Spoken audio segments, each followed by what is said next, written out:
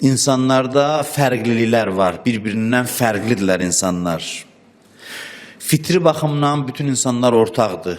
İnsanlıq baxımından bütün insanları birləşdirən ortaq köklü cəhətlər var. Ortaqdır. Amma insanlarda müxtəlif, fərqli şəxsi xüsusiyyətlər var, şəxsi keyfiyyətlər var. O keyfiyyətlər bizi bir-birimizdən fərqləndirir. Biz insan kimi eyni olsaq da, biz şəxsiyyət kimi fərqli şəxsiyyətlərik. Fərqli şəxsiyyətlərik. Deyirlər ki, bilirsiniz də, iki insan yoxdur ki, eyni barmaq izi olsun. Barmaq izləri fərqlidir. Hamının barmaq izi o birindən fərqlidir.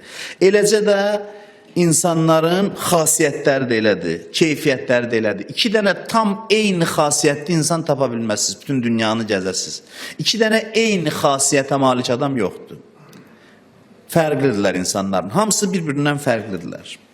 Və bunun hikməti var, bu fərqlərin. İnsanlar üçün bu fərqlərin hikməti var, bərəkəti var. İnsanlar arasında olan bu fərqlər insanların inkişafına səbəb olur, tərəqqisinə səbəb olur. İnsanlar arasında olan fərqlər vasitəsilə insanlar təkamül edir. Bir-birinin fərqli xüsusiyyətlərinə dözməklə təkamül edir. Biz hərdən ətraf haqqında elə danışırıq ki, elə bil ki, məsələn, gedib elə bir yerdə yaşamalıyıq ki, hamı bizim istədiyimiz kimi olsun. Səndə bir fərqli xüsusiyyət var, onda bir fərqliliklərlə yəni dolu olan insanlar bir yerdə toplaşır, yaşayır və təkmilləşir. Bu fərqlər səbəb olur ki, biz inkişaf eləyək. O fərqliliklərə dözə inkişaf eləyək. İnsanlar arasında olan fərqliliklər həm də onların fərqli cinsə malik olmasından qaynaqlanır. Fərqli cinsə malik olmasından qaynaqlanır. Bir ümumiyyətlə insanların arasında fərqliliklər var. Bir də kişi ilə qadın arasında fərqliliklər var. Kişi və qadın növü arasında fərqliliklər var. İnsanların hamısının bir-birindən fərqli olmasından əlavə bir növ fərqliliyi də var insanlar arasında. Kişi növü və qadın növü arasında köklü fərqlər var. Ciddi fərqlər var. Bu fərqlilikləri tanımalıyıq. Kişi və qadın növü arasında olan fərqlər, bunları tanımalıyıq. Tanımasaq, lap mömin adam olaq, mənəviyyatda adam olaq, kim olursa olaq, həyatda ciddi səhvlər buraxacaq və acısını da çəkəcəyik. Bizim bir-birimizdən gözləntilərimiz bizim fərqliliklərimizə uyğun olmalıdır. Qadının kişidən, kişinin qadından olan gözləntisi fərqlilikləri nəzərə almalıdır. Bu fərqliliklər nəzərə alınmadan biz aram yaşaya bilməyəcəyik. Birinci növbədə qadın cinsi və kişi cinsi arasında olan ümumi fərqləri tanımalıyıq. Sonra isə individual olaraq hər bir kişi öz qadının fərqliliklərini görməlidir. Qadın da öz həyat yoldaşının, ərinin fərqli xüsusiyyətlərini görməlidir, tanımalıdır.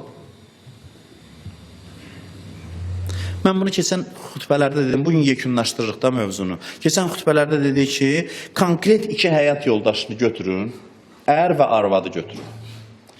Kimi götürürsə götürün. Yəni bir cüt həyat yoldaşını götürün, ər və arvadı. Görəcəksiniz ki, bunların xasiyyətində olan fərqliliklər təsadüfi deyil. Təsadüfi deyil. Görəcəksiniz ki, bütün ailələr bir hikmət əsasında formalaşıb.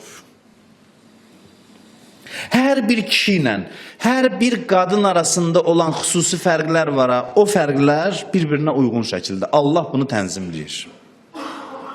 Allah elə proqramlaşdırıb, bizlərə elə həyat yoldaşı nəsib edir ki, bizim bütün zəif nöqtələrimizi güzgü kimi bizə göstərsin. Siz təsəvvür eləyin, milyonlarla ailələr var, hamısında bu qayda var. Allah necə çatdırır bu qədər işi? Allah elə Allahdır da ona görə. Allahın hər işi hikmət əsasındadır. Hər bir həyat yoldaşının seçimi Allahın qəribə bir hikmət əsasındadır. Milyonlar içində səni bunu seçib. Sənə ən uyğunu budur. Uyğun o mənada yox ki, səndən rahat olacaq. Yox. Sənin bütün zəiflikləri ən gözəl göstərəcək xanım odur. Onun üçün də ən münasib kişi sənsən. Münasib bu anlamda deyirəm. Sənin zəiflikləri ancaq bu düzəldər. Onu sənə qismət eləyib. Onun zəifliklərini ancaq sən düzəldərsən, sən ona qismət eləyib. Ailə insanın özünün tərbiyə ocağıdır. Ailənin hər anı imtahandır. Ona görə narazılıq eləməsin. Dərhal başlayırlar şikayət eləmək. Mən bilsəydim bundan evlənməzdim. Sən öz başına deyildin. Sən narazılıq eləmə. Elə gözəl tənzimləyib onu tənzimləyən. Tənzimləyib. Onu seçib sənin üçün. Bilirsiniz, səni bununla tərbiyə eləməlidir. Bunun zəiflikləri ilə.